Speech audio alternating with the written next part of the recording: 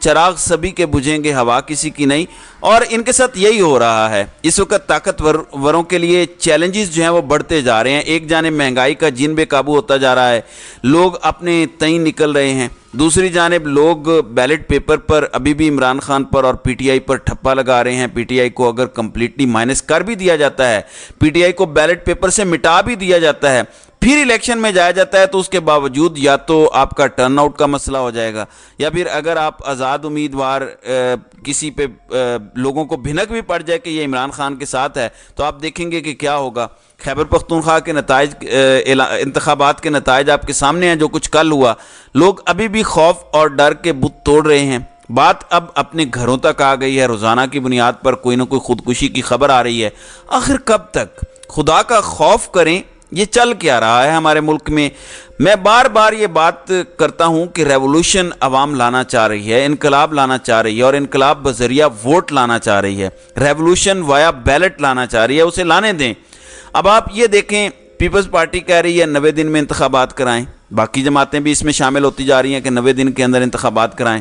جماعت اسلامی اور Peoples party یہ جماعتیں مہنگائی کے خلاف احتجاج کی کالز دے رہی ہیں اور اس میں شامل ہو رہی ہیں، مطلب مومنٹم بڑھتا جا رہا ہے، اور تاجر جیل بھرو تحریک تک کی بات کر رہے ہیں۔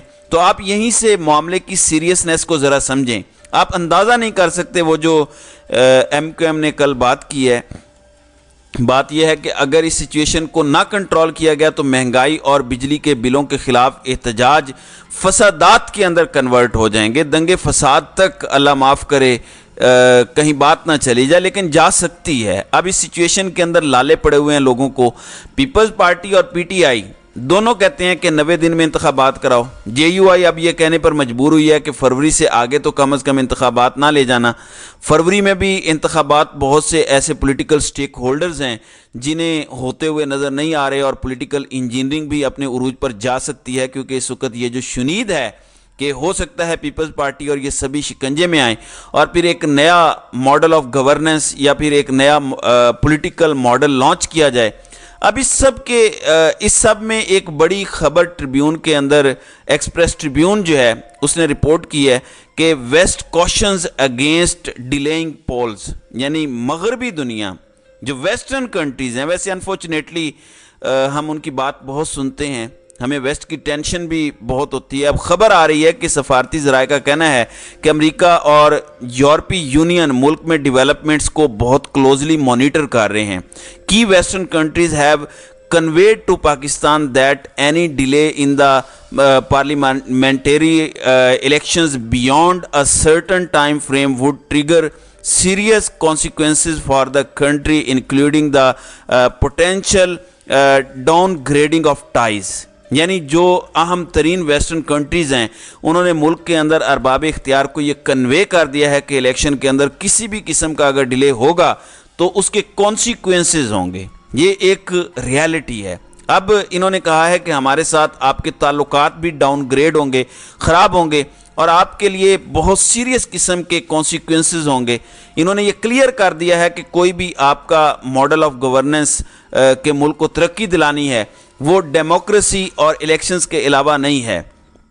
آگے وہ کہتے ہیں کہ اس وقت ویسٹ کے اندر یہ کنسرن ہے کہ موجودہ سسٹم بہت زیادہ لمبے عرصے تک کھینچا جائے گا اور الیکشنز اس ملک کے اندر نہیں ہونے والے۔ پھر یہ کہتے ہیں کہ 90 دن میں انتخابات ہونے ہیں، لیکن چلیں کونسل آف کامن انٹرسٹ والی بات ہے تو وہ بھی دیکھنا ہے۔ ناظرین اکرام، آپ کو یاد ہوگا کہ آئی ایم ایف کے وفد نے عمران خان سے زمان پارک میں ملاقات کی تھی، جس پر بہت سے لوگوں کو مرچیں بھی لگی تھی۔ خان کو انہوں نے اعتماد میں لیا تھا اور اس میں انہوں نے کہا تھا کہ ہم نے 3 حصے رکھے ہیں اس لون کے، ایک حصہ ہم پی ڈی ایم کی گورنمنٹ کو دیں گے جو وہ دے بھی چکے ہیں، اگلا حصہ ہم نگران حکومت کو دیں گے، اور اس سے اگلا حصہ ہم نئی آنے والی حکومت کو دیں گے جو منتخب حکومت ہوگی۔ اب کیا یہاں پی ٹی آئی کے بغیر الیکشنز ممکن ہے؟ بار بار بہت سے سٹیک ہولڈرز کہتے ہیں کہ جب تک مکمل طور پر پاکستان تحریک انصاف کو ختم نہیں کیا جاتا، مکمل طور پر پی ٹی آئی کے لیے پرابلمز کریٹ نہیں کی جائیں گی، جب تک مکمل طور پر پی ٹی آئی مائنس نہیں ہوگی، اس وقت تک انتخابات کا امکان نہیں ہے۔ ابھی اگر 90 دن میں انتخابات ہوتے ہیں تو پی ٹی آئی کو مائنس کرنے کے سارے منصوبے تو خاک میں مل چکے ہیں، سارے کے سارے منصوبے ناکام ہو چکے ہیں، برے طریقے سے ایکسپوز ہو چکے ہیں۔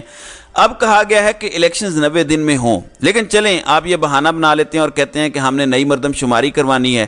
تو نئی مردم شماری کے کیس میں بھی یہ ویسٹ نے کمیونیکیٹ کیا ہے. ایکسپریس ٹریبیون کے مطابق میں بات کر رہا ہوں اور ڈپلومیٹک سورسز اسے کنفرم کر رہے ہیں کہ ویسٹ نے یہ بات کمیونیکیٹ کی ہے کہ اگر فروری کے اینڈ تک بھی آپ انتخابات نہیں کراتے پھر آپ کے لیے سیریس کانسیکوینسز ہوں گے. پھر انہوں نے کہا کہ فرینکلی ہم بات کر رہے ہیں اگر اس سے آگے الیکشن ہوا پھر ہماری طرف سے تعلقات میں تنزلی آئے گی، ہماری طرف سے جھنڈی ہے. اب یہ ایک بہت بڑی اپڈیٹ ہے. ابھی بھی سینٹر عمران خان صاحب ہی ہیں اور طاقتوروں کے لیے تمام راستے یوں لگ رہا ہے کہ جتنے منصوبے بنائے گئے تھے وہ راستے بند ہونا شروع ہو گئے ہیں. بہت سی جماعتیں اینٹی اسٹیبلشمنٹ بیانیے کی طرف جا رہی ہیں. نواز شریف موجودہ نہیں تو پریویس اسٹیبلشمنٹ پر حملہ آور ہو رہے ہیں اور ان کا مطالبہ ہے کہ 2 بڑی گرفتاریاں ہوں. سہیل وڑیچ بھی یہ بات کر چکے ہیں. اس سے 2 دن پہلے میں نے اپنے چینل پر خبر دی تھی کہ جنرل فیض حمید کی اریسٹ اس وقت آن ٹیبل ہے.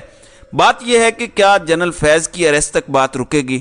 اچھی بات ہے، گرفتاریاں کریں. اگر کوئی سابق D G I S I بھی انوالو ہے، سابق آرمی چیف بھی انوالو ہے تو اس سے انویسٹیگیشن کریں. لیکن اس سے ایک نئی روش چل پڑے گی. نواز شریف ظاہر ہے بڑی آگے کی سوچ رہے ہیں تو یہ سارے کنسرنز آلریڈی ڈسکس ہو رہے ہیں. Let's see how things unfold. لیکن ابھی تک جو اس وقت سمجھ آ رہی ہے اس میں یہ جو نیا موو ہوا ہے، ڈپلومیٹک سورسز نے جو کنفرم کیا ہے کہ امریکہ اور یورپی یونین نے جس طرح سے پاکستان کو ایک کلیئر میسج دیا ہے، اس سے پہلے وہ ہیومن رائٹس پر بھی بات کر چکے ہیں. یہ ایک بہت بڑا کنسرن ہے. دیکھتے ہیں آئندہ آنے والے دنوں میں اس حوالے سے مزید کیا ہوتا ہے. تو ناظرین کرام، آپ کی اس ویڈیو کے حوالے سے کیا رائے ہے؟ آپ اپنی رائے کا اظہار کامنٹ سیکشن میں ضرور کیجیے گا.